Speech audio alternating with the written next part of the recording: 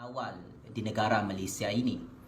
Maka hasil daripada kajian survei online di bawah platform inisiatif YouTube channel Jufazli Syekh Ahmad TV channel ini, saya Jufazli Syekh Ahmad sebagai penganalisis politik bebas, saya telah mendapati ada 3 nama utama ahli politik yang menjadi pilihan paling ramai dalam kalangan rakyat Malaysia. Saya menyebutkan 3 nama ahli politik yang menjadi pilihan utama untuk diangkat sebagai Perdana Menteri ke-9 pada PRU 15 akan datang. Di ranking yang pertama adalah Tan Sri Muhyiddin Yassin, mendapat undian yang paling banyak dalam kalangan rakyat Malaysia. Di ranking yang kedua yang juga sangat banyak memilih nama beliau untuk diangkat sebagai Perdana Menteri ke-9 Malaysia ialah Datuk Seri Najib Tun Razak. Nama yang ketiga juga sangat banyak rakyat Malaysia mencalonkan nama beliau. Tidak lain tidak bukan Datuk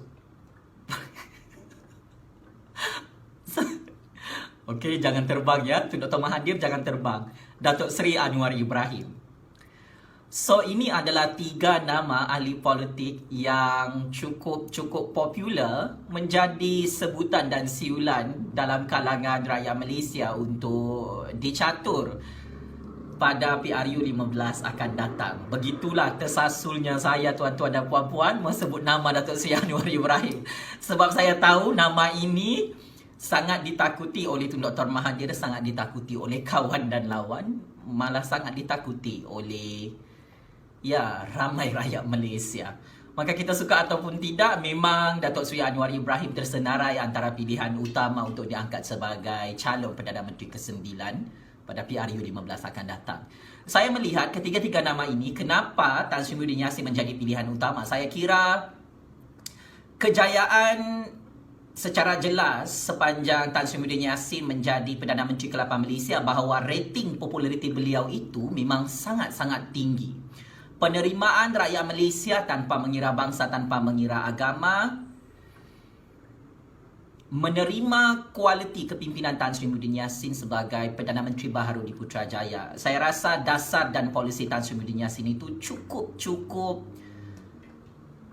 difahami oleh ramai rakyat Malaysia, terutamanya dasar yang pro kepada rakyat sepanjang krisis coronavirus melanda negara Malaysia.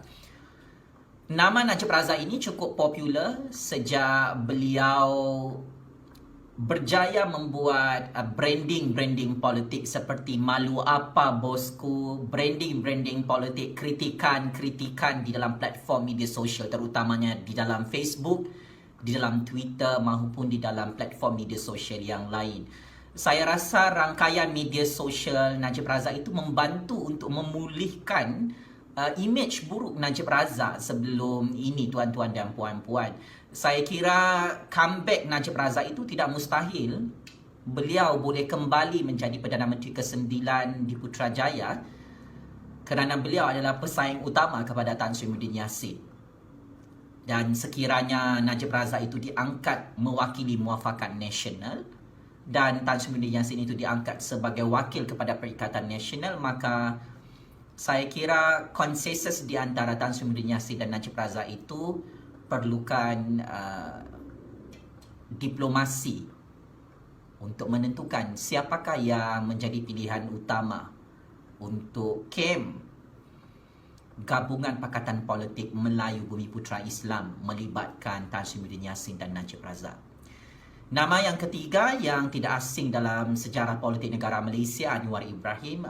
Ini ahli politik yang tidak boleh di-underestimate oleh kawan dan lawan, tidak boleh di-underestimate oleh tangan-tangan gaib politik Malaysia, tidak boleh di-underestimate oleh rakyat Malaysia.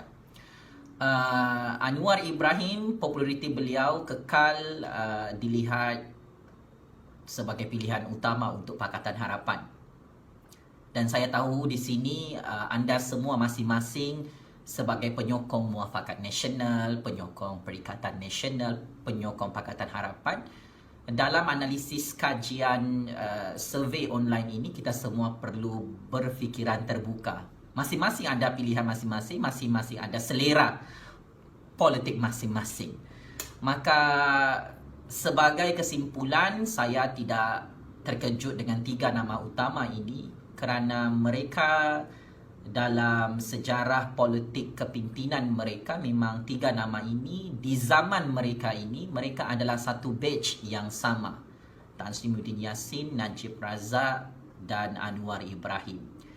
Tetapi di antara ketiga-tiga nama ini, unsur-unsur kejutan dalam percaturan politik negara Malaysia itu memang akan ada sebagai plot twist dalam percaturan politik Malaysia pada PRU 15 akan datang. Dan saya mengharapkan anda semua jangan pula taksub dengan ketiga-tiga nama ahli politik tersebut, kerana saya kira tangan-tangan gaib politik Malaysia mempunyai pilihan yang lain juga. Maka saya tidak terkejut jika ada tiba-tiba ahli politik yang tidak menjadi pilihan utama rakyat Malaysia, tiba-tiba dialah yang menjadi Perdana Menteri ke-9 selepas PRU 15 akan datang. So rakyat Malaysia, mindset itu, saya menghormati pilihan anda. Anda memilih Tan Sri Muhyiddin Yassin, anda memilih Najib Razak, anda memilih Datuk Seri Anwar Ibrahim. Kita perlu tunggu dan nantikan pakatan politik mana yang akan menang pada PRU 15. Jika Pakatan Harapan yang menang, maka Anwar Ibrahim boleh menjadi PM ke-9. Jika Perikatan Nasional dan Muafakat Nasional menang pada PRU 15 akan datang, maka penyokong-penyokong Pakatan Harapan perlu menerima keputusan PRU 15 akan datang bahawa mungkin antara Tan Sri Muhyiddin Yassin atau Najib Razak yang diangkat sebagai Perdana Menteri ke-9 Malaysia. Maka di akhir video ini, saya juga ingin memohon bantuan daripada rakyat Malaysia untuk kajian survei online yang seterusnya. Siapakah pilihan rakyat Malaysia untuk diundi pada PRU 15 akan datang? Apakah anda semua akan mengundi Perikatan Nasional dengan logo parti politik yang baru, dengan barisan ahli-ahli politik yang baru?